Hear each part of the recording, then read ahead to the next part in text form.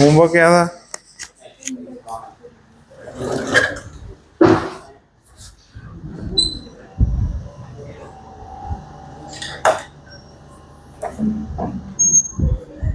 है होमवर्क क्या था?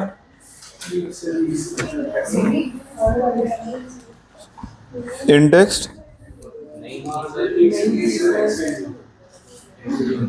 इंडेक्स 2 तो थी, होगी डिस्कस। इलस्ट्रेशंस की हैं बेटा 7 तक, 7 तक। हाँ हाँ 10 तक कर ली। और इंडेक्स एक्सरसाइज 3 कर ली हमने कि नहीं की है? डिस्कस भी होगी। कमाल है यार, मेरी मेमोरी बड़ी वो हो रही है। अच्छा, अब हमें फिर होमवर्क क्या डिस्कस करना है? एक्सरसाइज 1 करनी है। अच्छा, एक्सरसाइज 1 में बेटा कहाँ से कहाँ? 1 to 30। अच्छा, पहले 1 to, अच्छा 1 to 10 पूछ लो। है? हाँ हाँ एक बारी में ही पूछ लो बेटा।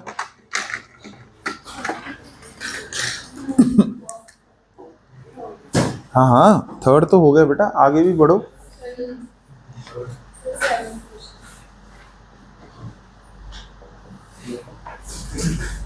थर्ड हो गया, 7th हो गया। 1 to 10 में इतना आगे नहीं बढ़ना। Standard potential for some half reaction. Half reaction का मतलब वो होता है बेटा जिसमें आपको इलेक्ट्रॉन दिख जाए, उसको क्या बोलते हैं? Half reaction. ये आपको स्टैंडर्ड पोटेंशियल दिए हैं, ये पता ही लग रहा है ये कौन से पोटेंशियल है? रिडक्शन पोटेंशियल है। स्टैंडर्ड नहीं हुए वो तो लिखे ही हुए है। Based on the which one of the following is correct. बेटा कोई पर्टिकुलर ऑप्शन में डाउट है कि डाउट ही है? SN, अब इसमें ऑक्सीडाइजिंग एजेंट पूछे गए हैं कि नहीं? ठीक है, तो अब आप बताओ SN4+, जब ऑक्सीडाइजिंग एजेंट का मतलब क्या होता है? जो दूसरों को क्या करे? ऑक्सीडाइज, खुद क्या हो जाए बेटा? रेड्यूस। तो जिसका रिडक्शन पोटेंशियल ज्यादा, जिसके लिए E0 की वैल्यू बेटा क्या होएगी? ज्यादा होएगी। इसका मतलब वो क्या होएगा? वो ज्यादा रिड्यूस होएगा कि नहीं होएगा यार, बोलो। कोई दस दे। हाँ वो ज्यादा रिड्यूस होएगा। तो E0 का ऑर्डर बता। E0 की सबसे बड़ी वैल्यू किसके लिए है बेटा? लेड के लिए। किसके लिए? PbO2। फिर E0 किसका ज्यादा है यार? Hg+2। फिर बेटा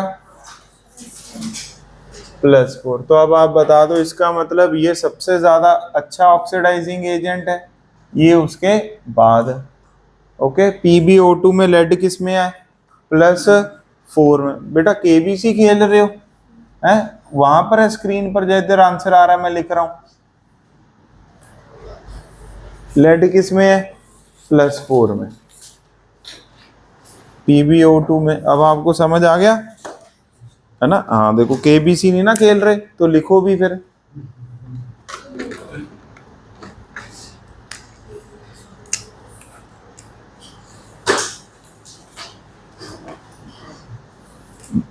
देखो जब डाउट होता है और सुनना होता है ऐसे। ओके डन, ऐसे समझ रहे हो?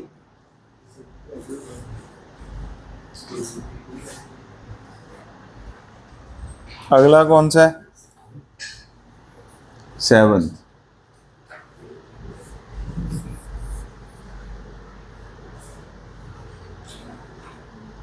The standard SRP, know the standard RP मतलब SRP 4 एलिमेंट का दिया हुआ है। The अनायन of the element that can displace A from its compound. वाह जी वाह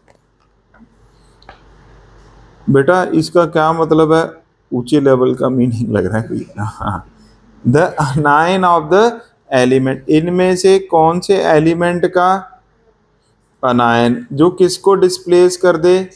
A को। किससे बेटा? अपने इसका मतलब ये हो गया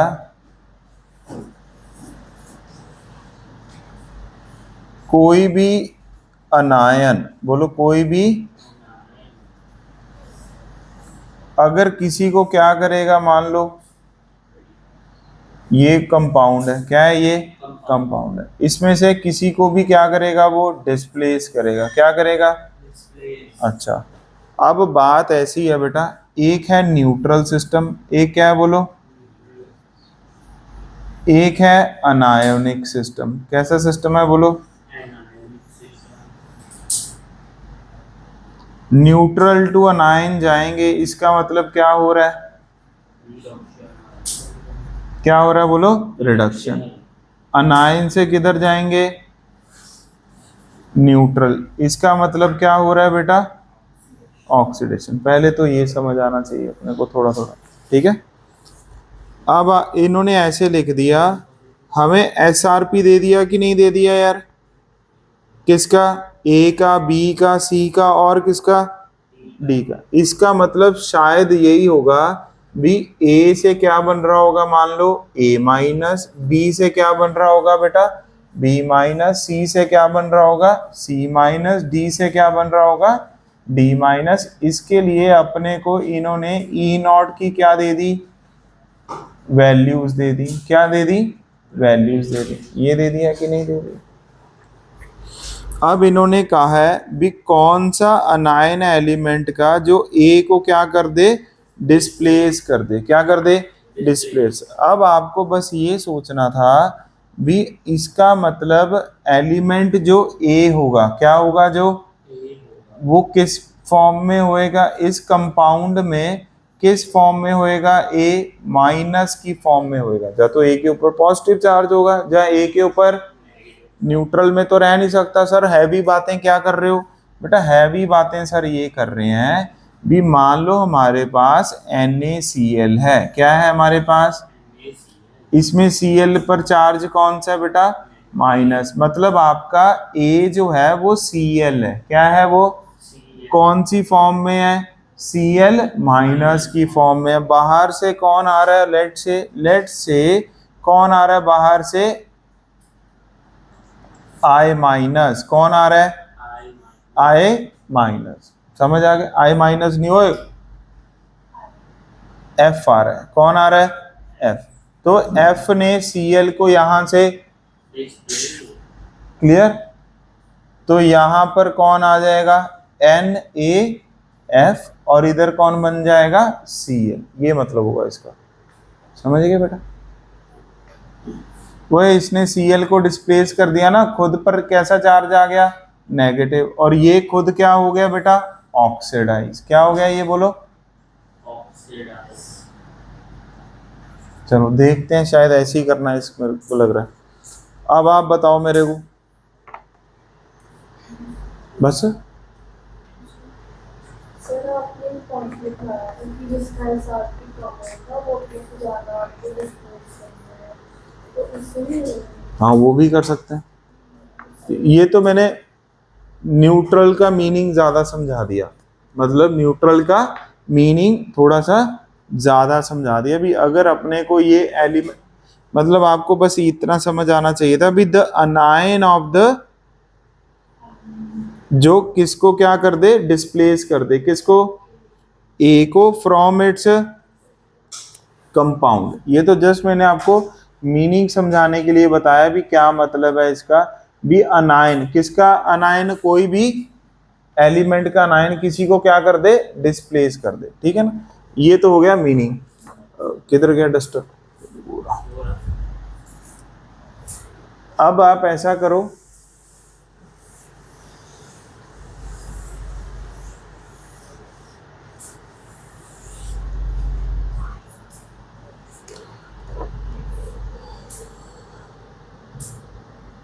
मोर द, कौन सी वैल्यू, इसका मतलब बेटा more the tendency to get, बोलो, रेड्यूस्ड। इसका मतलब वो बेटर क्या होएगा, इसका मतलब वो इट कैन क्या करेगा, डिस्प्लेस और it can not displace, can display, it can not, कि कैन आएगा, बोलो यार, मैंने लिखवाई हुई है लाइन ना, क्या लिखवाई है, जितना ज्यादा रिडक्शन पोटेंशियल होएगा उतना वो डिस्प्ले से नहीं कर पाएगा ना, lesser the SRP then it can, ऐसे ही लिखवाया होगा, लेसर लिखवाया कि मोर लिखवाया, लेसर लिखवाया होगा। ओए एसआरपी वाला तो खुद ही क्या हो रहा होगा, रिड्यूस, समझ गए। तो अब आप बताओ यहाँ पर कैसे करेंगे फिर बेटा, एक तो थोड़ा नोट्स को यार याद रखना है अपने को, बताओ बताओ इसमें क्या करें अब, लेसर द एसआरपी वाला क्या कर लेता है, डिस्प्लेस मोर एसआर, ये लिखा हुआ है क्या, बस इसके अकॉर्डिंगली देख लो ए का कितना रिडक्शन पोटेंशियल है, पहले इनको एसआरपी वैल्यू से क्या कर दो, अरेंज कर दो। सबसे कम एसआरपी किसकी है, डी का, फिर बेटा ए, फिर बी, फिर इसका मतलब लेसर एसआरपी वाला, मतलब कौन डिस्प्लेस कर सकता है ए को, सिर्फ और सिर्फ डी। समझ आ गया कि नहीं आ गया, तो आंसर क्या आ गया बेटा, कैलकाटा। ठीक है, आंसर क्या आ गया, देखना क्या आंसर है, ठीक है। 11 to 20 बेटा है,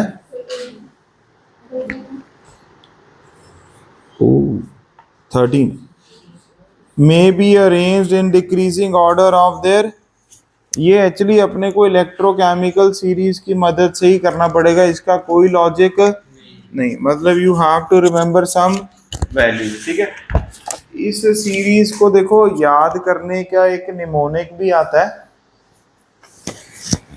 ठीक है, तो आप लोग मतलब, पर मैंने कभी ऐसे क्वेश्चन देखे नहीं है भी हमें इलेक्ट्रोकेमिकल सीरीज क्या होनी चाहिए, याद होनी चाहिए। ठीक है, तो आप बस मोटा मोटा याद रख लो, इसमें ज़्यादा इतना पूरी सीरीज का कोई क्वेश्चन अभी देखा नहीं हमने यूजुअली भी, यार हाँ इसको कर सकता है कि नहीं, अगर आएगा तब देखेंगे, बस ये आते नहीं है। तो आपको बस ये पता होना चाहिए, ये देखो लिथियम वाला तो याद है बिल्कुल टेबल के किधर होता था, वो लास्ट में होता था ना भी जो हमने पढ़ा है। ठीक है, तो लिथियम, पोटाशियम, सोडियम, बस याद करना और क्या, समझ गए क्या, लिथियम की एसआरपी सबसे मिनिमम होती है, क्या होती है, उससे ज्यादा टेबल के अकॉर्डिंगली पोटाशियम, उससे ज्यादा, ओके बेटा, ये किसकी वैल्यूज आ गई, ऐसा यही है ना, मतलब ये ऑर्डर ही है जो अपने को याद, उसके बिना नहीं होएगा ये। ओके, बस लिथियम याद रखो हमेशा, किसको याद रखो, लिथियम। और बेटा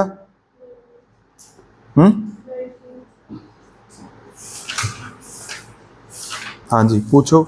डबल लाइंस का मतलब यहाँ पर सॉल्ट ब्रिज आ गया, तो इसका मतलब सॉल्ट ब्रिज के इधर एनोड है उधर कैथोड है। हाँ जी बेटा पूछो, इसमें रिएक्शन, अब आप पहले ये बताओ, अगर मैं बेटा गिरूं, गिराऊं तेरे को, बोल दे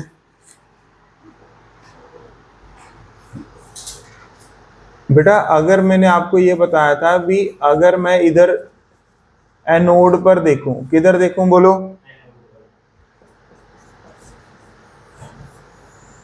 ये चार चीजें आ रही हैं,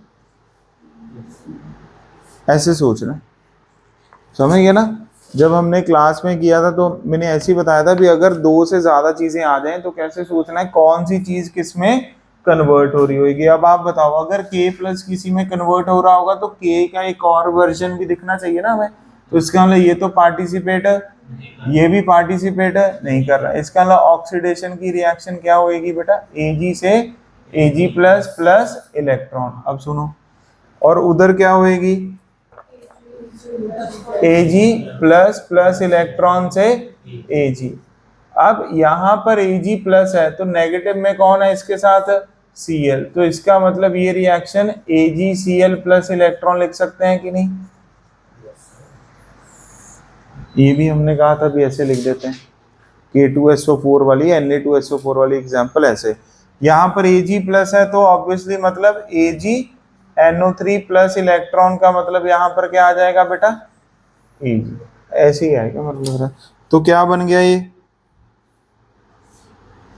देखो कोई क्वेश्चन बन रही है क्या, बॉम्बे को तो रिजेक्ट कर दोगे क्या, बोल दो, बॉम्बे तो है ही नहीं ना वो एलिमेंट इधर, तो बॉम्बे तो क्या हो गया बेटा, रिजेक्ट।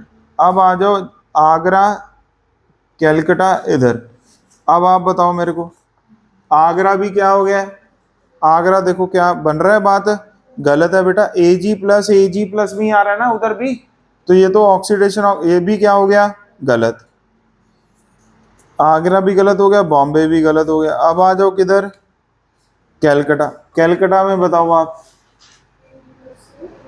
Ag प्लस से क्या दिखना चाहिए अपने को, मतलब इनको ऐड कर लो बस, क्या कर लो, तो क्या बन गई इक्वेशन, AgNO3 प्लस इलेक्ट्रॉन से इलेक्ट्रॉन क्या हो गया, तो क्या दिख गया यहाँ पे AgCl, ऐसे ही आ गया। AgCl क्या होता है, AgCl क्या होता है बेटा, सॉलिड, क्या होता है बोलो, सॉलिड, समझ गए कि नहीं, अब ध्यान से सुनो, AgNO3 क्या है, एक्वस, तो इसको क्या लिख सकते हैं Ag प्लस एक्वस, इधर क्या लिख सकते हैं AgCl सॉलिड, बैलेंस करने के लिए ऐसा है ना, इधर साथ में क्या लिख दो NO3 माइनस, क्या लिख दो बोलो, NO3 माइनस से NO3 माइनस क्या हो जाएगा, और इधर क्या ऐड करना पड़ेगा हमें Ag plus and Cl minus, मतलब ऐसे दे दी, ऐसी है ना, कैसे सोचा था, ऐसे ही सोचा था, नहीं अभी समझ आ गया आपको,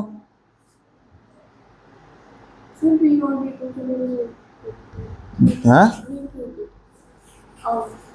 ओए अभी समझ आ गया कि नहीं बेटा, आप बताओ, ये वाली इक्वेशन समझ आ गई, पहले सभी बच्चों को ये बता दो, ये कौन सी इक्वेशन है, एनोड, ये कौन सी है बेटा, ठीक है, यहां तक हमें समझ आ गया। अब जैसे ही मैं इनको ऐड करूंगा AgCl, याद करो मैंने आपको कोऑर्डिनेशन कंपाउंड में भी बताया था, AgCl जहां दिखे हमेशा क्या बना दो, प्रेसिपिटेट, क्या बना दो, तो ये धीरे धीरे समझ आती हैं इक्वेशंस, कोई दिक्कत नहीं है। Ag किस में है बेटा, सॉलिड में, यहाँ पर भी Ag किस में है, सॉलिड में, तो सॉलिड से सॉलिड क्या हो गया, जब हम इनको क्या करेंगे ऐड, AgNO3 किस में है बेटा, एक्वस में, तो AgNO3 इधर आ गया, AgCl सॉलिड ही आ गया, ये पक्का ट्रू स्टेटमेंट है, क्या है ये पक्का ट्रू स्टेटमेंट। अब आप बताओ इधर Cl आया कि नहीं आया यार, इसका मतलब मेरे को यहाँ पर क्या लेकर आना था, प्लस Cl माइनस, क्या लेकर आना था, प्लस Cl माइनस, तो अपने आप ही क्या रह गया बेटा, Ag plus and Cl minus, और इधर क्या रह गया AgCl, लो अब बैलेंस हो गया, ये तो बैलेंसिंग कर रहे हैं आगे, तो क्या कर रहे हैं आगे, तो बैलेंसिंग, क्या क्लियर हो गया अब आपको, तो आंसर देखना इसका क्या है, दिल्ली है, क्या है, अपना क्या बन रहा है फिर, अपना तो डी नहीं बन रहा आंसर, आंसर क्या दिया है सी, तो हमने कोई गलती कर दी क्या,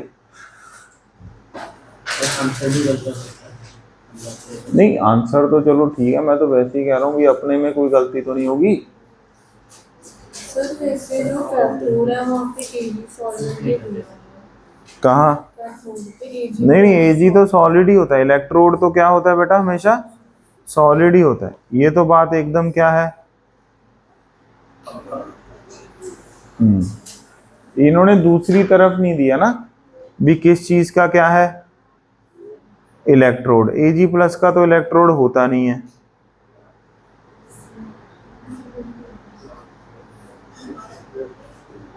आंसर तो यार मतलब डी बनना चाहिए इसका यार, सी तो कैसे बनेगा, अगर हम उसको एनोड मानेंगे,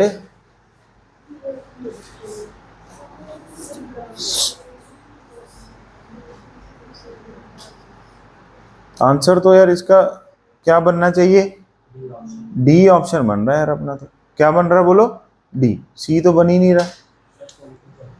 फोन पे चेक कर लेंगे, पहले इसको मार्क कर लो एक बार। वैसे इसका आंसर चेंज करो, ठीक है, एक बार मैं चेक भी कर लूंगा।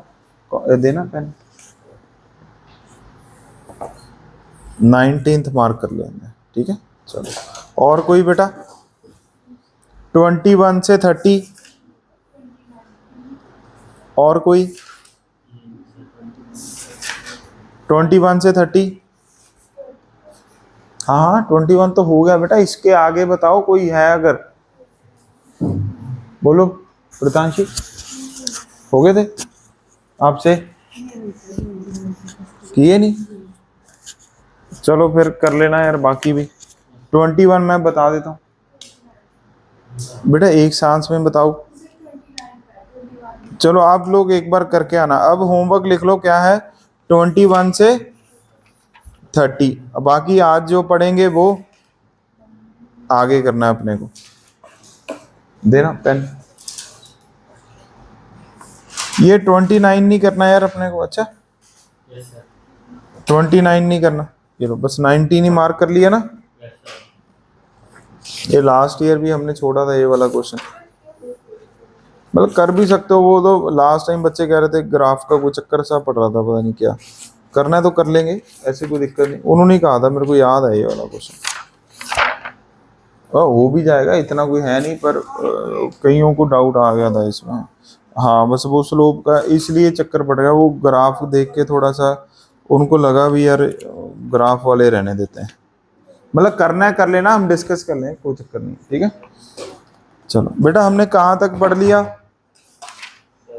फैराडेज लॉ कर रहे थे कि नहीं, ओ यस और नो। चलो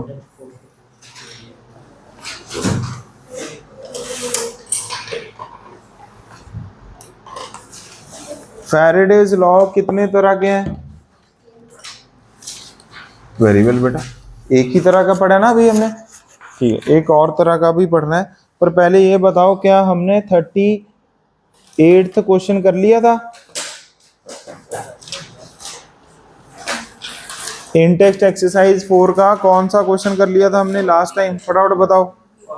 40 किया था क्या, अच्छा क्या कह रहा था फैराडे लॉ, रिवाइज करवाओ अक्षरा।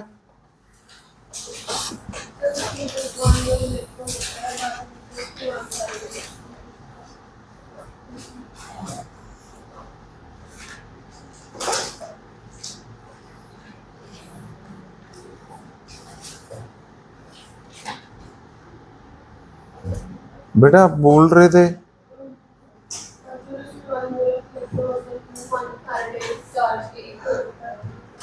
नहीं भाई फैराडे लॉ क्या कह रहा था यार, अभी कितना मास डिपॉजिट होगा एनोड कैथोड पे, जितना हम चार्ज पास करेंगे। तो फॉर्मूला क्या बन रहा था, W equal to Z into Q. Q क्या होता था, I इंटू टी। Z की वैल्यू क्या होती थी, EW बाई F। EW की वैल्यू क्या होती है, इक्विवेलेंट वेट, मतलब molar mass by N factor. यहाँ तक ये क्लैरिटी होनी चाहिए ना यार पहले तो, बोलो। फिर हमने कहा था भी अगर Q की वैल्यू 1 फैराडे के इक्वल कर दो, किसके इक्वल कर दो, तो W की वैल्यू किसके इक्वल आ जाएगी,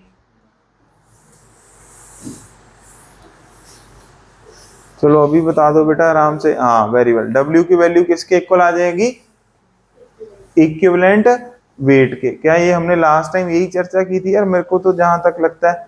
फिर मैंने कहा था इस क्वेश्चन को करने के दो मेथड होते हैं, हमें एन फैक्टर पता होता है, उससे डिवाइड कर दो किसको, मोलर मास से, या फिर 1 फैराडे चार्ज पास करने पर जो मास डिपॉजिट होता है उसको क्या बोलते हैं, इक्विवेलेंट वेट। क्या बोलते हैं, ये लिखी नहीं क्या लाइन हमने,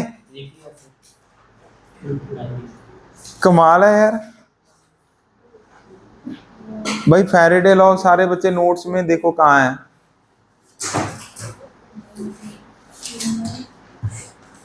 फैराडे लॉ देखा, पढ़ो। पहला क्या है, डेफिनेशन है, फिर उसके बाद क्या है, अरे बोलो, फॉर्मूला क्या है, और हमें बेटा इधर देख के बोलना है, फॉर्मूला कौन सा, हाँ W equal to Z Q. फिर आगे बढ़ो, कहाँ है, हाँ किधर लिखा, ये लिखा ना, W equal to Z Q हो गया क्या। उसके बाद ये सारा कुछ बता दिया था।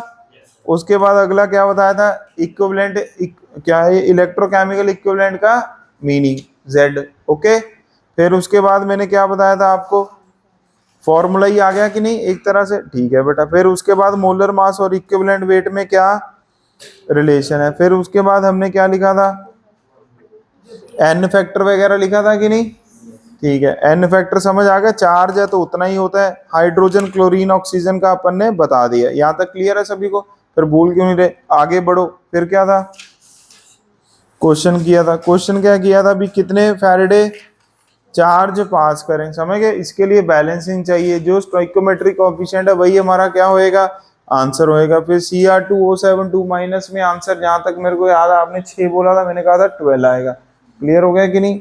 फिर मैंने आपको W इक्वल टू EW की डेफिनेशन भी बीच में सिखा दी थी, क्या भी, जब Q की वैल्यू 1 फैराडे के इक्वल होएगी तो W बाई EW 1 हो गया कि नहीं हो गया।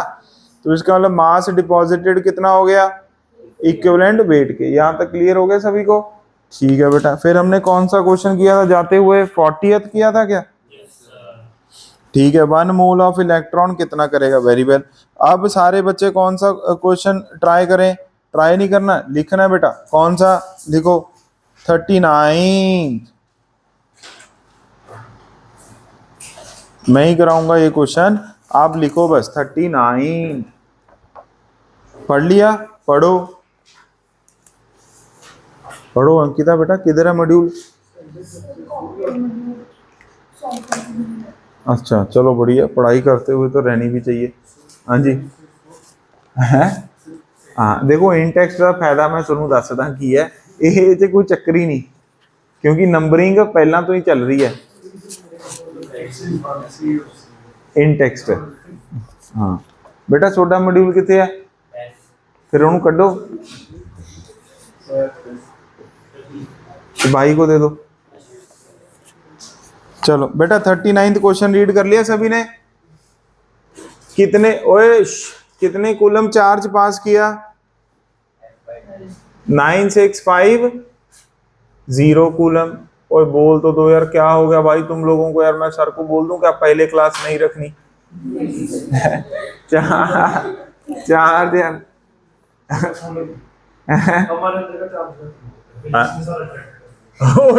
ਉਹ ਦੇਖੀ ਕਿਤੇ ਬੇਟਾ, ਅੱਜ ਦਾ ਮੈਗਨੈਟਿਕ ਫੀਲਡ ਚੱਲ ਰਹੀ ਸੀ, ਨਾਲੇ कैपेसिटेंस च बोलना सी या कुछ। चलो फिर भी यार बड़ा अच्छा लगा यार, आपने फिजिक्स से रिलेट करके कहा। सर मेरे को लग रहा है सर मैग्नेट है, सारी एनर्जी ले गई। चलो 9650 कूलम, ओए बोल लो ओए, ऑफ इलेक्ट्रिसिटी किससे पास करवा दी हमने, कॉपर सल्फेट का क्या है बेटा हमारे पास सोल्यूशन। सुन लो पहले, कॉपर सल्फेट का सोल्यूशन है, इसका मतलब इसमें कॉपर +2 और SO4 -2 इस फॉर्म में घूम रहा है कि नहीं, यस बेटा। हमने कितना चार्ज पास कर दिया, तो इसके पास जो क्या लगा होगा, कोई ना कोई एनोड या फिर कैथोड। ऑब्वियसली कॉपर +2 में जैसे ही हमने बिजली के क्या दिए बेटा, झटके, मतलब क्यू चार्ज क्या कर दिया, पास कर दिया। तो कॉपर +2 आपको समझ आना चाहिए भी, it will get reduced into copper. तो हम क्या बोलेंगे, अब ध्यान से सुनो, मैं दोनों लाइंस बोलूंगा। पहली, क्यू चार्ज पास करने पर, बोलो, कॉपर +2 का रिडक्शन होगा, क्या होगा, एंड क्यू चार्ज पास करने पर कॉपर सॉलिड क्या होएगा, डिपॉजिट होगा, क्या होगा, डिपॉजिट। मतलब बात एक ही है, समझ आ गया कि नहीं आ गया, वो उसका अगर रिडक्शन हो रहा है तो दूसरी चीज क्या हो रही है, डिपॉजिट हो रही है। अब सुनो बेटा, अब ध्यान सुनो, हमें जो फॉर्मूला लगाना है वो कौन सा लगाना है, W equal to Z into Q. जा तो आप W कॉपर +2 का लगाओगे, या W कॉपर का लगाओगे, समझ आ गया। आप दोनों क्वेश्चन सॉल्व कर सकते हो। सुन लो पहले, W कॉपर +2 का भी पूछा जा सकता है और W कॉपर डिपॉजिटेड का भी पूछा जा सकता है। अगर वो कॉपर +2 का पूछेगा तो आपने यहाँ पर W किसका लिखना है बेटा, कॉपर +2। EW भी किसका बेटा, कॉपर +2, फैराडे तो फैराडे है, चार्ज Q है। अच्छा, अगर आप कॉपर के जरिए आंसर करोगे तो यहां पर क्या लिखोगे बेटा, copper by Faraday into Q, समझ गए। अच्छा, इसका मतलब क्या होएगा, कितना मास, बोलो, कॉपर +2 का रेड्यूस हो रहा है, ये क्वेश्चन आएगा। फिर वो W होएगा, W क्या होएगा यहाँ पर, how much mass of the copper +2 is being reduced. इधर से जो W आएगा वो क्या बताएगा, how much mass of copper is being deposited on the electrode. समझ आ गया कि नहीं आ गया। अब आपको क्वेश्चन पे डिपेंड करेगा भी आपने कैसे प्रोसीड करना है, although answer will be same, उससे कोई फर्क नहीं आएगा, पर आपको मीनिंग क्या होना चाहिए, क्लियर। अब हम इसमें कौन सा फॉर्मूला यूज करने वाले हैं, देखो, mass of copper deposited is equal to, देखो सारे बच्चे, EW of copper divided by बेटा Faraday multiply by charge pass. अच्छा, तो मास ऑफ कॉपर क्या ढूंढना है, डिपॉजिटेड,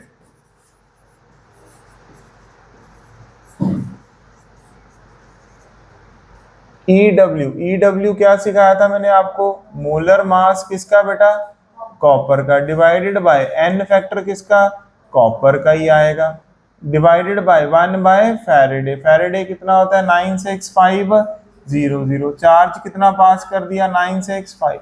अब हमें n फैक्टर खुद ढूंढना होता है, n फैक्टर कितना आएगा, 2। क्यों, क्योंकि बेटा कॉपर, हम इधर देखो ना किस में जा रहा होगा, अगर रिवर्स करोगे तो +2 में। समझ आ गया, या फिर समझ आ गया कि नहीं आ गया, अगर रिवर्स कर दो बस उस इक्वेशन को, क्या कर दो, अपने आप आपके पास क्या आ जाएगा, n फैक्टर। ध्यान से सुनो, अब बोलो, ध्यान से सुनो ये वाला पॉइंट। जैसे मान लो बेटा अपने पास क्या है, Cl2, यहां पर कितने इलेक्ट्रॉन है, 2 इलेक्ट्रॉन है, यहां पर क्या बन गया, 2Cl-, ये बोल सकता हूं कि नहीं। अगर मैं आपको बोलूं n फैक्टर बताओ इस इक्वेशन में किसका, Cl2 का, तो वो तो कितना आ गया बेटा, 2। क्यों आया, क्योंकि यहाँ पर चार्ज 0 था, कितना था, यहाँ पर कितना था, -1, चेंज कितने का आया, 1 का, बट मल्टीप्लाई किससे करेंगे, 2 से। पर अगर आपको इसी इक्वेशन में ये बताना हो कितना n फैक्टर होएगा किसका, Cl- का, फिर आंसर क्या आएगा, 1। क्यों, -1 से किधर जा रहे हैं, 0। कितने मोल हैं Cl के, 1 ही हैं, कितने हैं, क्योंकि n फैक्टर हमेशा 1 के रिस्पेक्ट में होता है, किसके रिस्पेक्ट में होता है। अगर मान लो इक्वेशन ये होती बेटा, तब भी n फैक्टर तो क्या रहेगा, सेम ही रहेगा, n फैक्टर क्या रहेगा, सेम। क्यों, n फैक्टर बाय डिफॉल्ट हमेशा किसके लिए डिफाइन होता है, 1 के लिए, उसका स्टोइकोमेट्रिक कोएफिशिएंट से कोई लेना देना। तो सर फिर किनका लेना देना होता है स्टोइकोमेट्री से, कितने मोल ऑफ इलेक्ट्रॉन इसमें खपत हो रही है, मतलब कंज्यूम हो रहे हैं, उसमें चक्कर पड़ेगा स्टोइकोमेट्री का, नहीं n फैक्टर में आपको बिना सोचे समझे क्या फाइंड आउट करना होता है, n फैक्टर। समझ आ गया कि नहीं आ गया, ये क्लियर हो गया सभी को।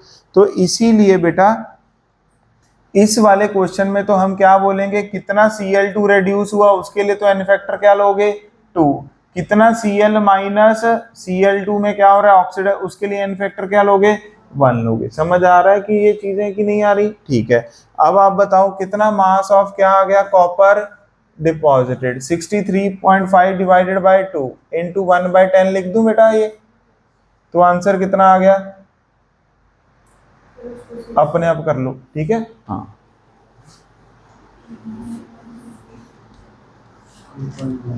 इन्होंने 63.6 दिया हुआ है, इन्होंने क्वेश्चन में कितना दिया हुआ है, 63.6। क्या आपको ये दोनों मेथड समझ आ गए, ये दोनों समझने जरूरी है रियान बेटा।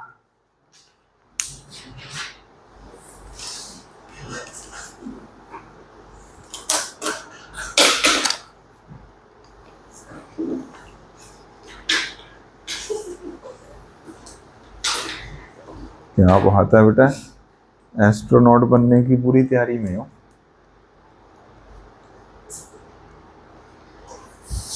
ले ये तो बेटा तेनू भी नहीं समझ आने नोट्स, मैं तुम्हें दसा।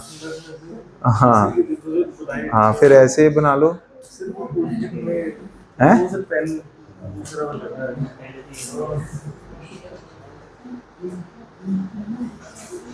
बेटा आपको ये मेथड समझ आ गया सभी बच्चों को? कितना आ गया answer? 1.8 divided by 10 which is 3.18 grams आएगा आंसर। क्लियर हो गया कि नहीं हो गया? ठीक है, अब सारे बच्चे 38th क्वेश्चन करें।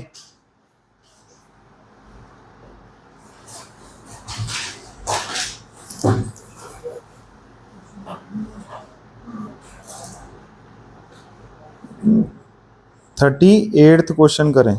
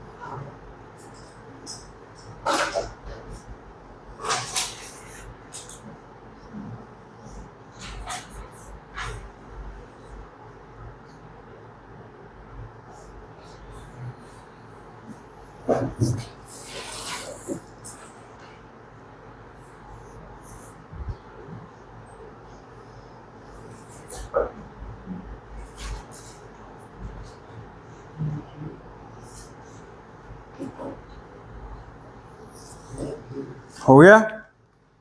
लिख लिया ना? मेरे को ही करवाना है। लिख लिया क्वेश्चन है? लिख लिया ना? ले बोल ही नहीं रहा। हाँ हाँ वही करना, और क्या करना। पढ़ लिया ना क्वेश्चन? चलो बताओ क्या पढ़ा? 2.5 ऑफ इज ओए थ्रू है फटाफट यार।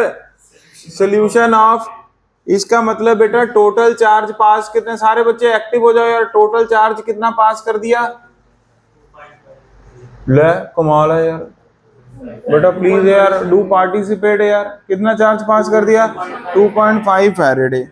बेटा मैंने कहा ना 1.5 हफ्ते के लिए थोड़ा सा एक्टिव हो जाओ बस। कितना चार्ज पास किया? किससे बेटा? एक सोल्यूशन से। किसका सोल्यूशन था? कॉपर सल्फेट का। ठीक है बेटा, फिर इसके बाद क्या होएगा? नंबर ऑफ क्या पूछे हैं? ग्राम इक्विवेलेंट्स। पहले आपको ये पता होना चाहिए भी नंबर ऑफ ग्राम इक्विवेलेंट्स। बोलो, नंबर ऑफ ग्राम इक्विवेलेंट्स का फॉर्मूला होता है बेटा mass divided by equivalent weight. क्या होता है? Mass divided by. अब किसके ग्राम इक्विवेलेंट्स पूछे हैं बेटा इन्होंने? कॉपर डिपॉजिटेड के। क्या Cu के पूछे हैं कि नहीं पूछे यार? तो अब ध्यान दो, अगर number of gram equivalents of copper deposited है तो यहाँ पर मास किसका आएगा of copper deposited divided bye क्या आएगा बेटा इक्विवेलेंट वेट। क्या ये पॉइंट समझ गए कि नहीं?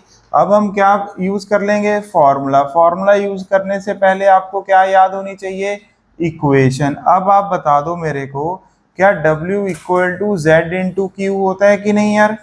W किसका बेटा कॉपर जो क्या हो रहा है डिपॉजिटेड इक्वल टू बेटा Z क्या होता है equivalent weight divided by Faraday multiply by Q। क्या W की वैल्यू ढूंढनी है इस बार? नो बेटा, हमें W बाय क्या ढूंढना था EW, वो क्या होता है Q बाय F। Q कितना है 2.5 नहीं है 2.5 F है।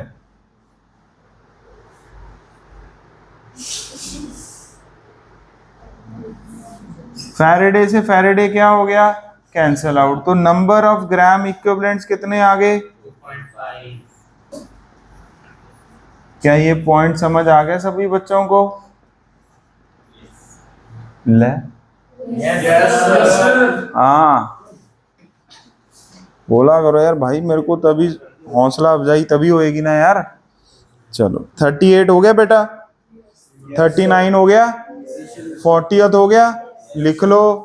आज बेटा नोटबुक अच्छा घर रहेगी, कोई बात नहीं।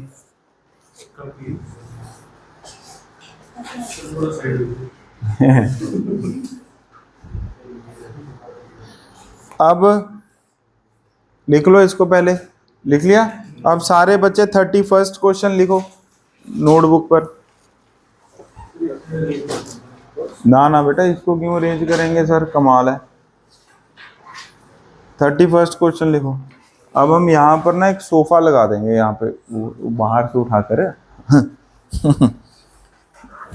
यहाँ पे सोफा, बाहर जगह घेर रहा है ना, यहाँ पे इतनी जगह। हाँ 31st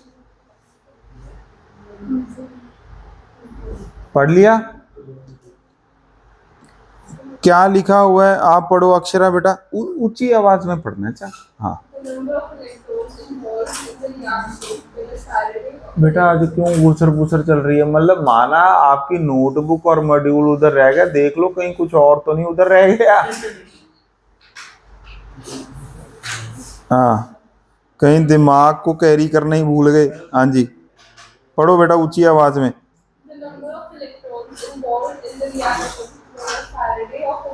व्हेन अ फैराडे, क्या बात है, अंडरलाइन करो बेटा, अ ए फैराडे, ए बेटा अ ए, समझ गए? इसका मतलब हो गया ए फैराडे का मतलब हो गया 1 फैराडे। ये इंग्लिश में ही आंसर है बेटा इसका।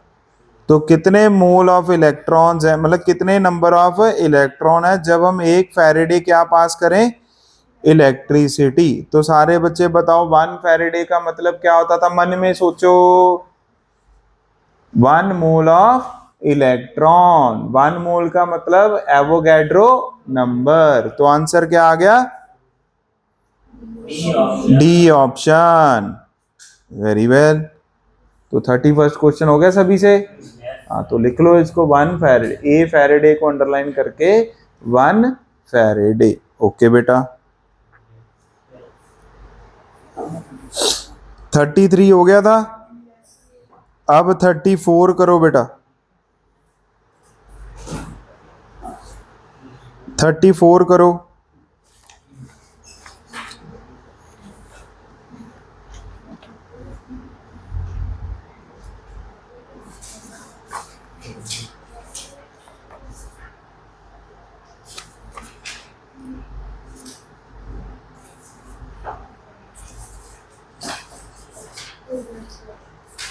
सिल्वर नाइट्रेट का फॉर्मूला क्या होता है AgNO3। करो सारे बच्चे। सिल्वर का मोलर मास होता है बेटा 108 ग्राम्स, 108 ग्राम्स।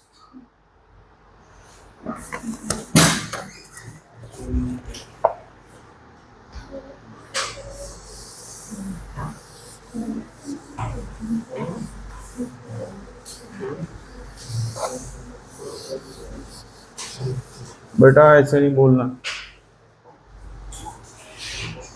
तो अभी आप बताओ मेरे को, the amount of electricity that can deposit, क्या हमें इलेक्ट्रिसिटी की अमाउंट बतानी है कि नहीं? Yes, sir. तो वो कितना डिपॉजिट कर दे बेटा? सिल्वर। इसका मतलब mass of silver deposited equal to बेटा जेड इनटू चार्ज। जेड की वैल्यू क्या होती है? E W by Faraday multiply by Q. Mass of silver deposited, equivalent weight क्या होता है बेटा? मोलर मास किसका? सिल्वर का, डिवाइडेड बाय किसका? एन फैक्टर सिल्वर का, divided by Faraday into Q equal to weight of silver. अब हमें पता होना चाहिए भी AgNO3 प्लस इलेक्ट्रॉन लिखते हैं तो यहाँ पर Ag बनता है। क्यों? Ag प्लस में होता है यहाँ पर, तो इसका मतलब Ag का भी n फैक्टर क्या आने वाला है? यहाँ पे 1 आने वाला है। तो यहाँ पर n फैक्टर की वैल्यू क्या आ जाएगी? 1 आ जाएगी। तो कितना मास था बेटा सिल्वर का जो डिपॉजिट हो रहा है? 108। मोलर मास भी कितना है? 108। इधर क्या आ जाएगा? फैराडे, इधर Q, तो Q बाई एफ की वैल्यू कितनी आ गई? 1 आ गई। तो इसका मतलब कितना चार्ज पास करना पड़ेगा? 1 फैराडे। 1 एम्पियर तो क्या होएगा? करंट होएगा। क्या होएगा? करंट। करंट क्या होता है? I into T. करंट तो पूछा नहीं।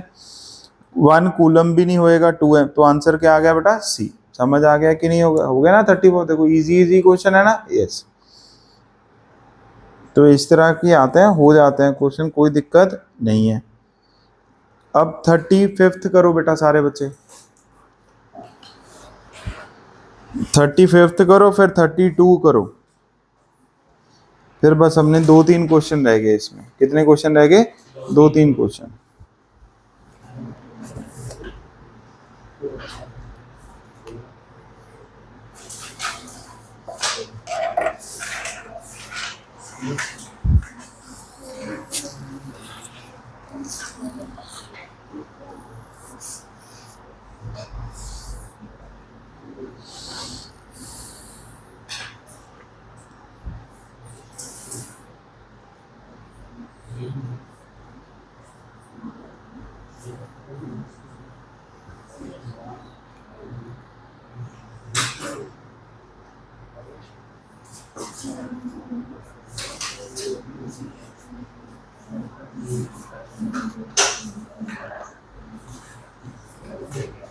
क्या ये लिख लिया सभी ने? मतलब हो गया क्वेश्चन? क्या आएगा आंसर? इक्विवेलेंट वेट आ गया ना। 32 करो बेटा। 32 करो। Q पर तो डिपेंड करता ही है। Q क्या होता है? I into T. तो बॉम्बे भी आएगा आंसर, कैलकाटा भी आएगा। मतलब आंसर ए आ गया कि नहीं आ गया? नॉट है ना। अंडरलाइन कर लो वर्ड कौन सा? नॉट। ये थोड़ी थोड़ी हैबिट ऐड ऑन करो। ओके ठीक है। अब लिखो बेटा सेकंड लॉ ऑफ फैराडे। इसको वैसे ये बोलते हैं फैराडेज सेकंड लॉ।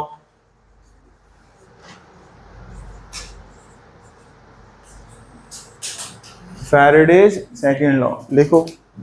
इसके हम 3 स्टेटमेंट लिखेंगे, ठीक है ना। चलो 2 भी लिख सकते हैं। According to this law, comma, according to this law, comma, if same amount of charge is passed, if same amount of charge is passed, then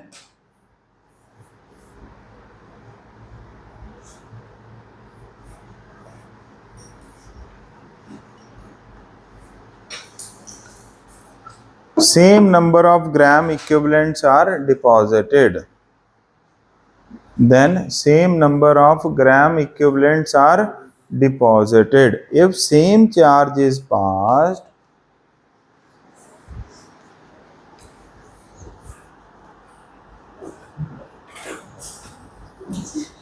if same charge is passed, then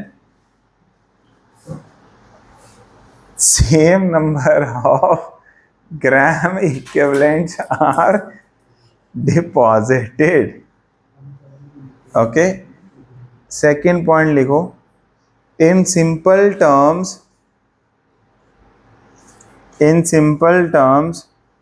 if Q is same, then W by EW will also be same.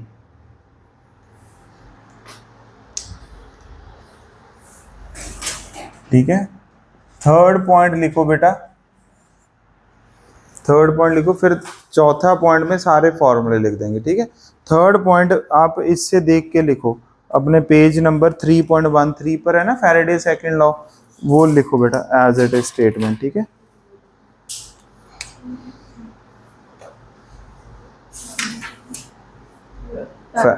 हाँ paragraph दिखने में है नहीं,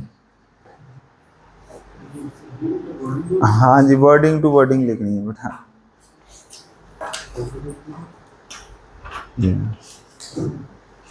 तीन चार sentence है ना Faraday second law, देखो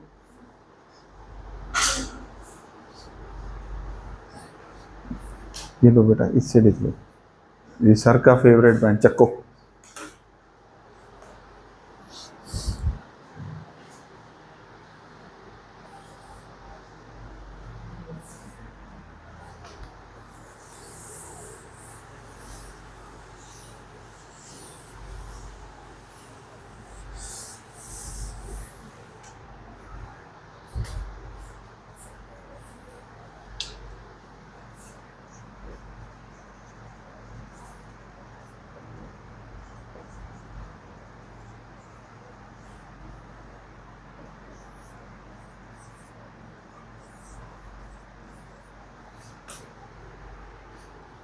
क्योंकि स्टेटमेंट में ना ये लास्ट वाला पैराग्राफ आता है, आ जाता है, इसीलिए लिखवा रहा हूँ। तो अंडरलाइन कर लेना इसमें, मास of the substance discharged, underline करो जो मैं बोल रहा हूँ, मास of the substance discharged. Discharge का मतलब होता है डिपॉजिटेड भी हो सकता है और डिस्चार्ज भी, वो दोनों हो सकते हैं, समझ गए। मतलब अगर तो चलो पहले लिख लो, पहले लिख लो आराम से बेटा, कोई रश नहीं है।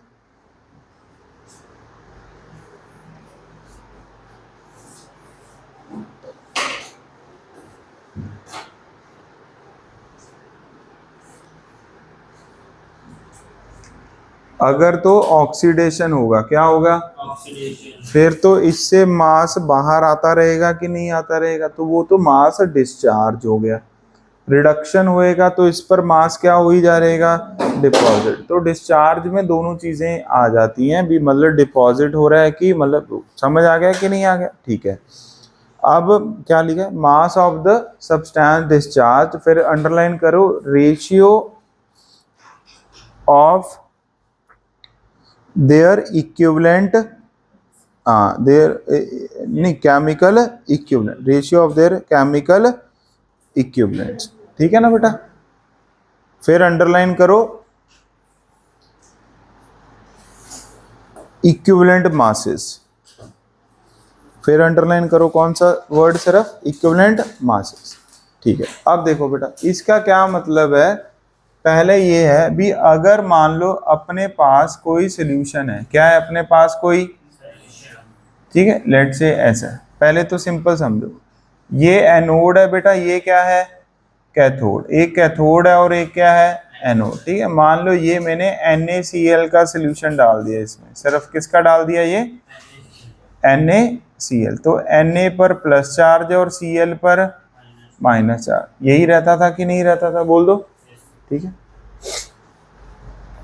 अब होता क्या है, अपन ने ये बैटरी तो सेम ही लगाई है कि नहीं लगाई है यार, तो जितना चार्ज किसको मिलेगा Na प्लस को, उतना ही चार्ज किसको मिल रहा होगा Cl माइनस को। क्या ये पॉइंट समझ, क्यों एक ही बैटरी लगा दी, एक ही सोल्यूशन में क्या कर दिया, डिप कर दिया, मतलब इसमें सेम ही करंट क्या कर रहा होगा, फ्लो। तो इसका मतलब Na प्लस किधर जाता होता है यार, कैथोड पर जाता है ना, और एनोड क्या होता है इसमें पॉजिटिवली चार्ज, तो इसका मतलब Na प्लस को भी कितना चार्ज मिल रहा होगा to get reduced Q, Cl minus को भी कितना चार्ज मिल रहा होगा टू गेट ऑक्सीडाइज्ड Q। क्यों, दोनों एक ही कंटेनर में है कि नहीं है, सेम क्या है, बैटरी है, तो जितना चार्ज इधर है उतना ही चार्ज इसको मतलब पूरे सिस्टम को ही मिलेगा कि नहीं मिलेगा। ये क्लियर हो गया सभी को, कोई डाउट?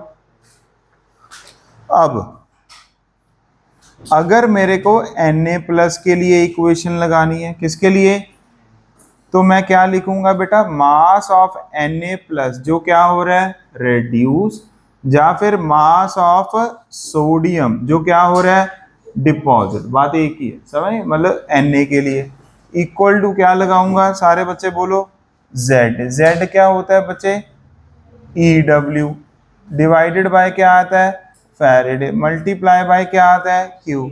क्या इसको मैं W/Na+ upon EW equal to Q/F लिख सकता हूं कि नहीं?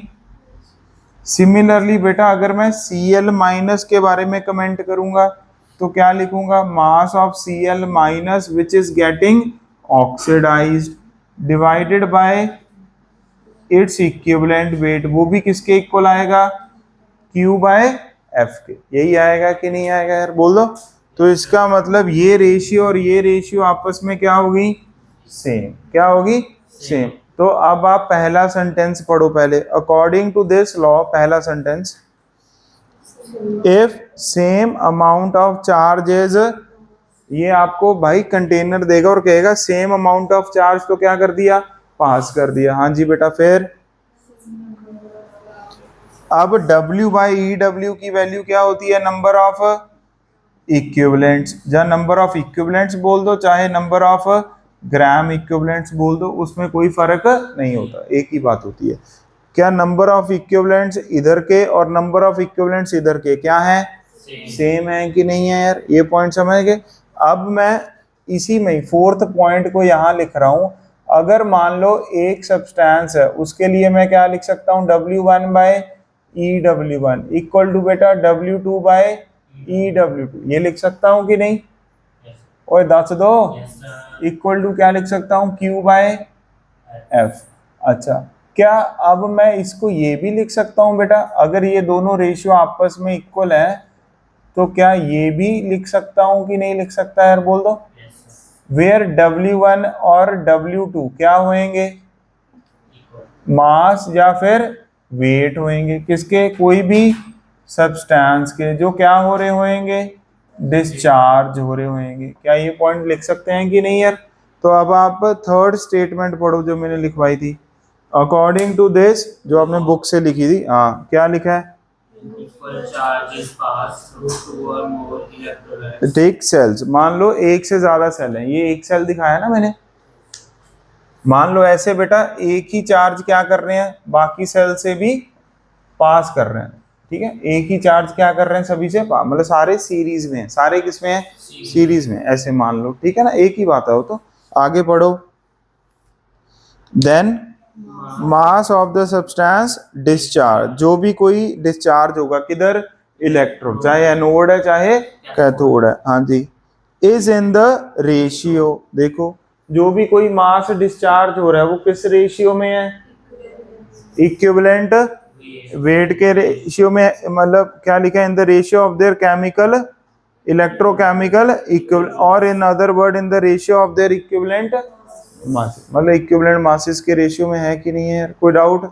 अच्छा, अब पहले क्या लिखा था, इलेक्ट्रोकेमिकल इक्विवेलेंट, बच्चा वो भी सुन के थोड़ा सा क्या हो सकता है, डर सकता है, सर इसका क्या मतलब है, कोई दिक्कत नहीं है। ये देखो बेटा, क्या मैं W1 को equal to Z1 into Q लिख सकता हूँ कि नहीं, W2 को क्या लिख सकता हूँ, Z2 इंटू क्यू। अब दोनों को क्या कर दो आपस में डिवाइड, तो क्या बन जाएगा, W1/W2 इक्वल टू Z1 ये कौन सी रेशियो में आ गए, इलेक्ट्रोकेमिकल, ये कौन सी रेशियो में आ गए, इक्विवेलेंट वेट, ये कौन सी रेशियो में आ गए, मतलब W1/EW1 इक्वल टू W2, आप कोई मर्जी रिलेशन करो, पर थेरेटिकली आपको ये याद होना चाहिए। मान लो स्टेटमेंट बेस्ड आता है ना, फिर बच्चा उलझ जाता है, न्यूमेरिकल में तो कुछ नहीं है, ये सिंपल इक्वेशन लिखनी है, ठीक है, बट थेरेटिकली बच्चा उलझ जाएगा, अरे क्या चक्कर हो गया, इसलिए आपको लिखवाया मैंने। क्या ये क्लियर है? अब लिख लो बेटा इसको।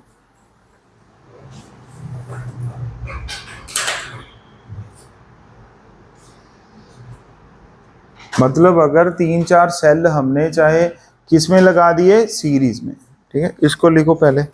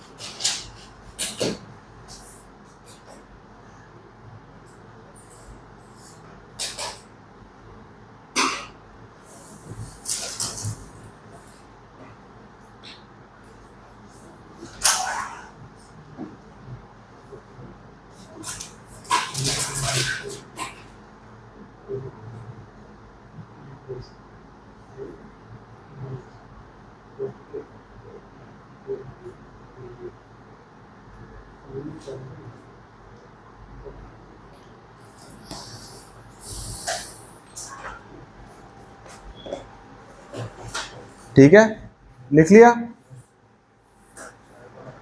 अब यहां पर बेटा 5th पॉइंट करो नोट करके, वेरी इंपॉर्टेंट, जिससे आपके न्यूमेरिकल्स होंगे। हिंदी में लिखो, अगर एक सेल है, अगर ये एग्जामिनर एक्सपेक्ट करता है आपसे भी आपको ये चीज पता होनी चाहिए। अगर एक सेल है, सेल का मतलब अकेला एनोड होएगा, अकेला कैथोड होएगा कि दोनों होंगे? दोनों होंगे, समझ गए कि नहीं? अगर एक सेल है देन जितना चार्ज, चार्ज बोल दो, करंट बोल दो, बात तो सेम ही आएगा कि नहीं आएगा? बोल दो। जितना चार्ज एनोड को मिलेगा उतना ही चार्ज कैथोड को मिलेगा।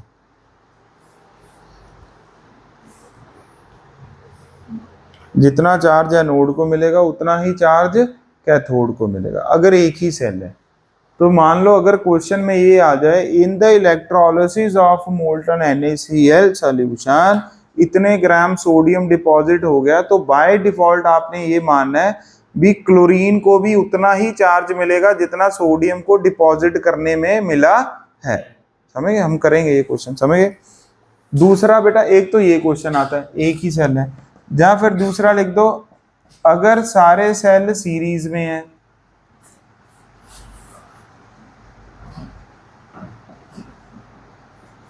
अगर सारे सेल सीरीज में है तो हर सेल में चार्ज सेम जाएगा, जैसे करंट इलेक्ट्रिसिटी में पढ़ते हैं। क्या ये पॉइंट समझ गए कि नहीं यार? तो हर सेल में चार्ज सेम जाएगा। चलो अब क्वेश्चन लिखो, ठीक है? ये समझ आ गई आपको? ये थ्योरेटिकल लाइन है कि मास जो होएगा वो उसके इलेक्ट्रोकेमिकल इक्विवेलेंट और इक्विवेलेंट वेट के रेशियो में होगा।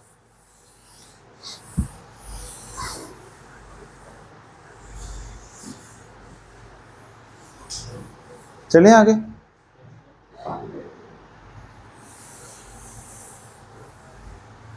क्वेश्चन लिखो, इन मोल्टन NaCl सॉल्यूशन कॉमा, इन मोल्टन NaCl सॉल्यूशन कॉमा, ऐसे सोचकर पढ़ना है अभी, बस 15 मिनट पढ़ना है। In molten NaCl solution comma, ठीक है ना, सम करंट इज, सम बोला मैंने, some current is passed, full stop, ठीक है। If 23 gram of sodium, Hansika बेटा उनको भी दे दो नोटबुक, वो भी लिख लेते हैं। नहीं, आप अपनी नोटबुक ही दे दो उनको। अच्छा, इनकी नोटबुक पे आप ही लिख दो, अब बोर हो रहे हो। अच्छा, if 23 gram of sodium is deposited, then if 23 gram of sodium is deposited, then how much volume of Cl2 will be formed? Then how much volume of Cl2 will be formed at STP? At STP. चलो इधर देखो बेटा, कैसे करना है ये question. सबसे पहले आपको ये पता होना चाहिए भी, अगर हम NaCl का इलेक्ट्रोलिसिस करेंगे, क्या करेंगे बेटा? किसका? NaCl का। मतलब NaCl को हम क्या प्रोवाइड करेंगे? बिजली के झटके। तो Cl माइनस तो किधर आएगा? एनोड पर हमेशा कौन आते हैं? अनायंस। कैथोड पर हमेशा कौन आते हैं? कैटायंस। क्या ये आएगा कि नहीं आएगा? बोल दो यस। ये हो गया। अब आपने यही देखना, देखो एक ही सेल है कि नहीं है यार, बोल दो यस। पहले आपको ये पता होना चाहिए Na प्लस प्लस इलेक्ट्रॉन से तो क्या बनेगा? सोडियम। और Cl माइनस का क्या होगा बेटा? Cl माइनस का क्या होगा? ऑक्सीडेशन। ये किधर होएगी रिएक्शन? एनोड पर। ये किधर होएगी? क्या इसको मैं 2 से लिख दूं ताकि जिंदगी एकदम सेट हो जाए? अब आप बताओ बेटा, अगर मेरे को कैथोड पर लिखना है तो मैं क्या लिखूंगा? Mass of sodium. ओए दक्ष दो फटाफट, इधर देख लो बेटा। Mass of sodium deposited equal to EW of sodium divided by Faraday multiply by Q। Mass of sodium deposited divided by EW of sodium equal to Q by F। और यही value बेटा, अब आप बताओ Cl2 की चर्चा करनी है कि Cl माइनस की? तो मास किसका? Cl2 का। इसमें Cl2 गैस क्या हो रही है? लिबरेट। क्या हो रही है बोलो? समझ गए कि नहीं? उड़ गई बेटा कॉन्सेप्ट की तरह। हाँ जी, ये क्या आ गया? Q by F। क्यों? दोनों को सेम ही क्या मिलेगा? चार्ज। दोनों को सेम ही क्या मिलेगा? बस ये कॉन्सेप्ट लगाना था। अब मास कितना है सोडियम का? 23। मोलर मास कितना है बेटा? 23। एन फैक्टर कितना होता है? 1 इक्वल टू मास किसका ढूंढ रहे हैं? सी। अब देखो ध्यान से सुनो, बोलो से सुनो। W बाई EW ये नंबर ऑफ क्या होते हैं? इक्विवेलेंट्स। नंबर ऑफ इक्विवेलेंट्स का फॉर्मूला होता है बेटा moles multiply by n factor. ये एन फैक्टर किसका आ जाएगा? Cl2 का। किसका? Cl। सर आप ऐसा क्यों हमारे से नाइंसाफी कर रहे हो? मतलब एकदम से ये पलट गई दुनिया, ऐसा क्यों? क्योंकि बेटा हमें क्या ढूंढना है? वॉल्यूम। क्या ढूंढना है? वॉल्यूम। जब भी गैस का ढूंढते हैं तो मेरे दिमाग में एक ऑलरेडी क्या चल रहा था?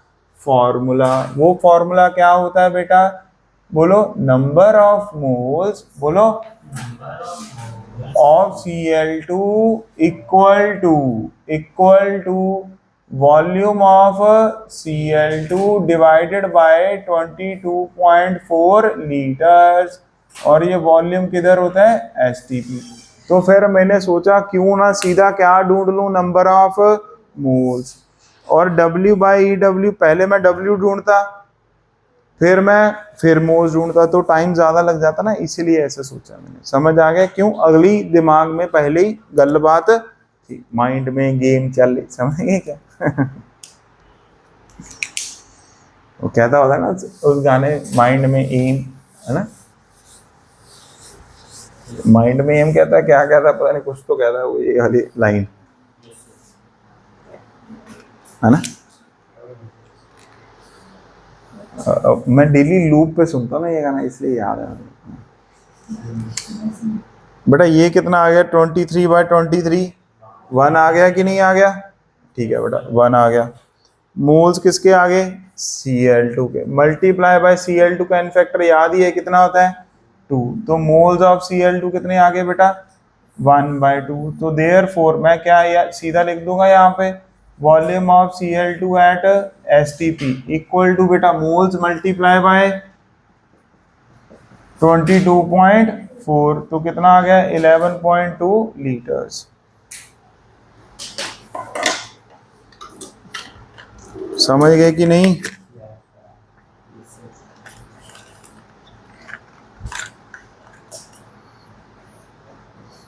अगला लिख लो।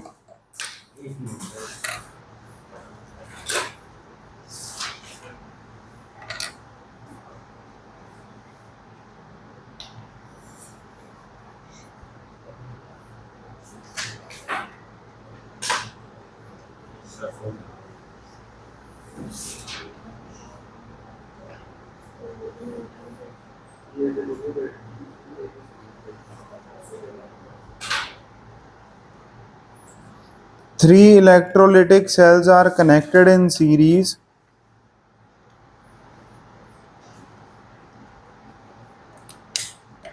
Three electrolytic cells are connected in series, contain fused. Fused का मतलब क्या होता है? जुड़ना नहीं बेटा जी, मेल्टेड, मोल्टन। पंजाबी वाला फ्यूज नहीं है गाई। हाँ। Three electrolytic cells are connected in series containing fused NaCl, fused MgCl2 and fused AlCl3.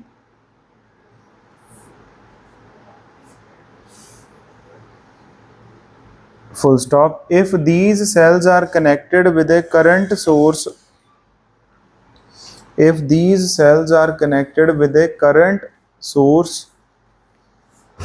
providing 1 Faraday of charge, if these cells are connected with a current source providing 1 Faraday of charge, then calculate the amount of metals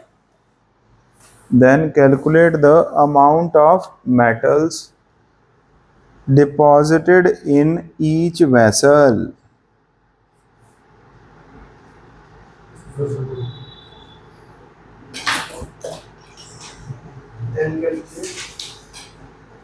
The amount of metals deposited in each vessel. Sodium का मास 23 होता है, magnesium का 24, aluminium का 27। देखो अब आप बता दो, 3 सेल हैं, किसमें हैं? तो इसका मतलब हर सेल को चार्ज क्या मिलेगा? सेम मिलेगा। सेल नंबर 1 में कौन है हमारे पास बेटा? NaCl लिक्विड में है कि नहीं है? तो हमें पता है Na प्लस क्या हो जाएगा? सोडियम बन जाएगा। क्या बन जाएगा? तो हम यहाँ पर क्या लिख सकते हैं? Mass of sodium divided by equivalent weight of बेटा sodium equal to Q by क्या लिख सकते हैं? F लिख सकते हैं कि नहीं यार? अच्छा, सेल नंबर 2 में भी हम क्या लिख सकते हैं? बिल्कुल सेम। यहाँ पर क्या आएगा? MgCl2। MgCl2 में Mg +2 इलेक्ट्रॉन से क्या बनेगा? Mg। तो mass of Mg divided by equivalent weight of बेटा equal to Q by F। Q कितना दिया है? 1 फैरेडे, ये फैरेडे। तो Q बाय F की वैल्यू हमेशा क्या आ रही है? 1 आ रही है कि नहीं आ रही है? क्या आ रही है? 1। बस।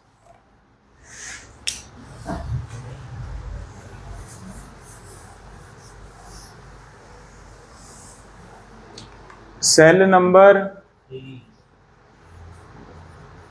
AlCl3, एल्यूमिनियम +3 इलेक्ट्रॉन से क्या बन जाएगा बेटा? Aluminium. Mass of aluminium equivalent weight of aluminium. Q by F को यहाँ पर भी 1 लिखोगे कि नहीं? क्योंकि सीरीज मतलब सभी को सेम क्या मिल रहा होगा, चार्ज। ऐसा नहीं है अभी इधर चार्ज खत्म हो गया आगे नहीं जाएगा, नो नो बेटा, सीरीज में चार्ज क्या मिलता है, सेम। तो WNA का मतलब क्या है, कितना मास बेटा, किसका मास, सोडियम का, जो क्या हो रहा है, डिपॉजिट हो रहा है। क्या हो रहा है, डिपॉजिट।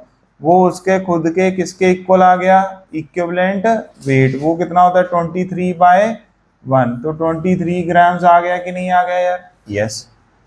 मास बेटा किसका, मैग्नीशियम का, वो भी अपने किसके इक्वल आ गया, इक्विवेलेंट वेट के। वो कितना होता है बोलो, 24/2, जो किसके इक्वल आ गया, 12 ग्राम्स। यहाँ पर मास ऑफ एल्यूमिनियम किसके इक्वल आ गया, इक्विवेलेंट वेट ऑफ 27/3, जो किसके इक्वल आ गया, 9 ग्राम। क्या ये पॉइंट समझ आ गया कि नहीं आ गया यार।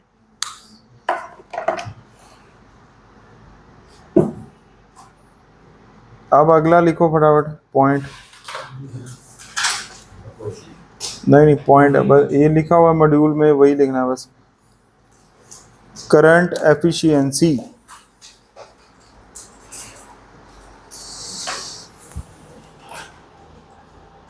बोलो करंट, बोलो, हाँ हाँ हाँ,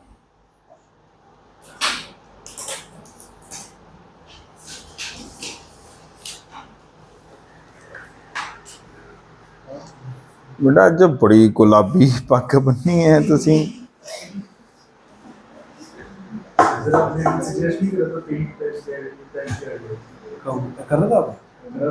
मतलब अच्छा लग रहा है इसके, मतलब कॉम्प्लेक्शन में। वो तो काल को देखा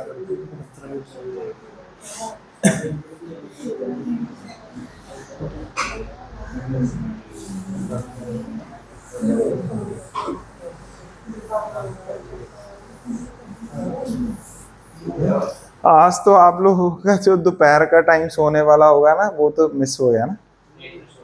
हम तो कभी भी सो जाते हैं टाइम चाहिए। ये भी बात सही। नहीं नहीं, इनका रूटीन आपका बना होगा ना अभी यार, सुबह जल्दी जैसे उठते हो, बायो की क्लास जाते हो, तो सोते नहीं क्या 11-12 बजे आकर, नो? अच्छा,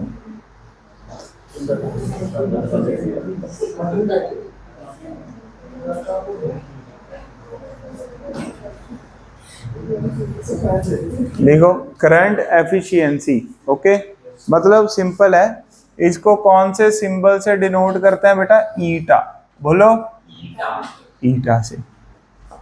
मतलब जो चार्ज की वैल्यू है, जो किसकी वैल्यू है, चार्ज की, पहले वो इट होती थी, अभी ईटा ईट हो गई है। समझ आ गया कि नहीं, मतलब वो कितने परसेंट एफिशिएंट है सिस्टम, 80% है तो 0.8 आ जाएगा, 90% है तो, और समझ गए कि नहीं।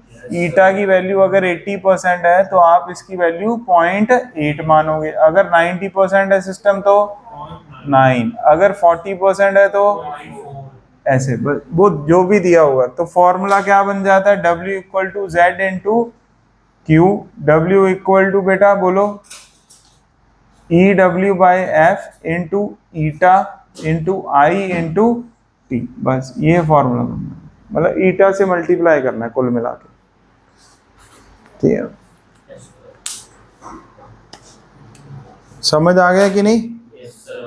और ईटा मान लो कभी कैलकुलेट करना है तो ऐसे करते हैं, आई एक्चुअल में कितना फ्लो हुआ है और आई थ्योरेटिकल कितना है, मल्टीप्लाई बाय 100, ठीक है ना बेटा। मतलब हम अपन ने तो इसको 10 एम्पियर करंट दिया, बट काम 8 एम्पियर नहीं किया, तो 8/10 हो गया ना एफिशिएंसी। चलो आज इतना ही पढ़ेंगे, ठीक है। हैं? ना ना बस तो नया टॉपिक फिर अभी स्टार्ट नहीं ना होगा।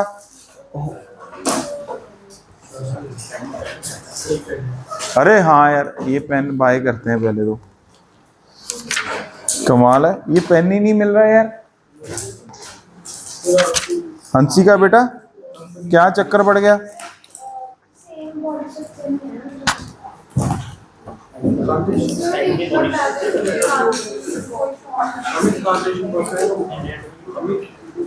है बेटा, मेरे को फ़ोन कर लेना, नंबर है आपके पास मेरा? आप फोटो क्लिक करो। हाँ, पहले होमवर्क लिख लो। चलो होमवर्क रहने दो, नहीं लिख ही लो। एक 38 क्वेश्चन, सिर्फ 4-5 क्वेश्चन, ज़्यादा नहीं। सर मेरा बैठ की फोटो ठीक है 39, 40, 41। हाँ जी, हाँ हाँ, 32, 33 लिखते रहो। 32, 33, 34, 35, 36, 38, 39, 40, 41। ओए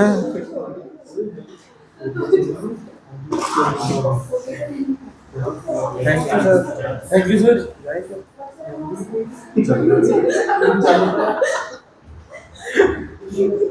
बस इतना ही करना है, ओके।